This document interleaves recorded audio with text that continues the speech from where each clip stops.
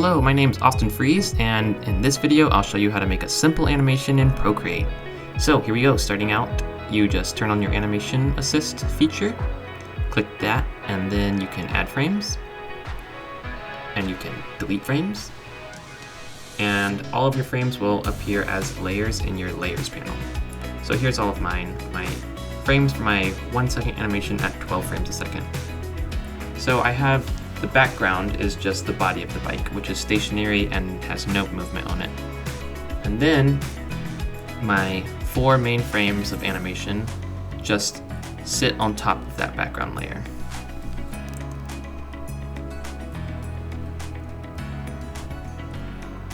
So when I turn it off, you can see that my animated frames are without any kind of bike element. Alright, so here we go.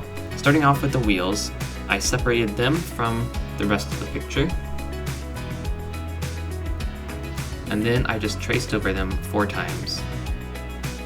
So when tracing, it's important to note that the imperfections will actually help sell the effect that motion and movement is going on.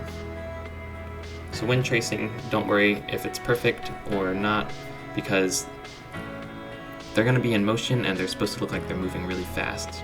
So once you have those 4 done, you can do some cleanup, whatever you need to. And then you can add some tread to your tires. So the tread also is one of those indicators that a lot of speed and motion is going on. So I added mine in a little bit of a random fashion, but in similar areas so that it looks like these wheels are actually rotating and spinning really fast. So once that's done, I moved on to adding some motion to the actual person. And for this, all I did was add another frame, and then just trace over it just like I did with the wheels. So when tracing, it's the same. Don't worry too much that it's lining up perfectly, because you want some motion in it. And if it's completely the same, then it's not gonna look like the guy is actually moving or there's any motion happening. So then I just duplicated those 2 layers, and then I moved them on top of my wheel layers. So just moving each one down onto the layer and merging them onto the same layers as you have the wheels animated on.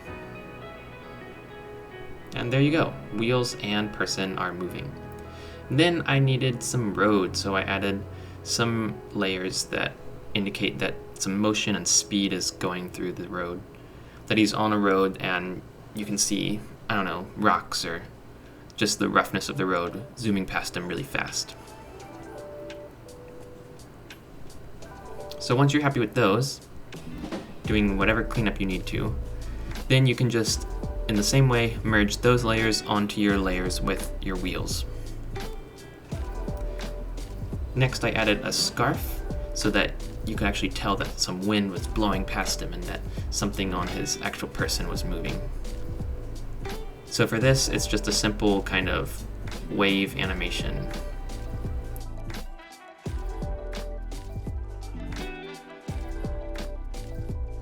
You could draw this animation as complicated or as simple as you want to, so you wouldn't even have to have a scarf if you didn't want to.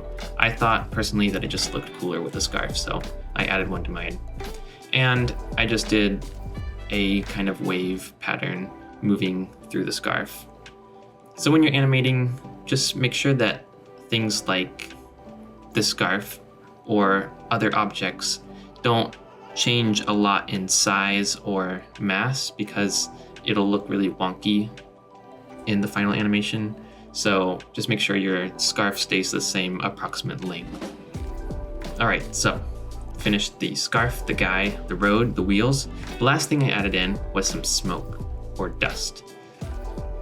In my original animation, I have it at 12 frames, and so a piece of dust is moving in each of those 12 frames, which I think gives it a more smooth and kind of organic look. But for this example, I did it with just 4, which I think you can get away with relatively okay. And smoke's also kind of tricky, so be patient with yourself. I really haven't mastered smoke or dust yet, but there you go. I think it looks decent enough, decently convincing. So there you go. We got smoke or dust, we've got a scarf, the guy, the wheels, the road, and they all kind of come together to complete the animation. So the last thing is I select my frames and then I group them. Then I just duplicate my group twice. And then I can select all of those frames from the groups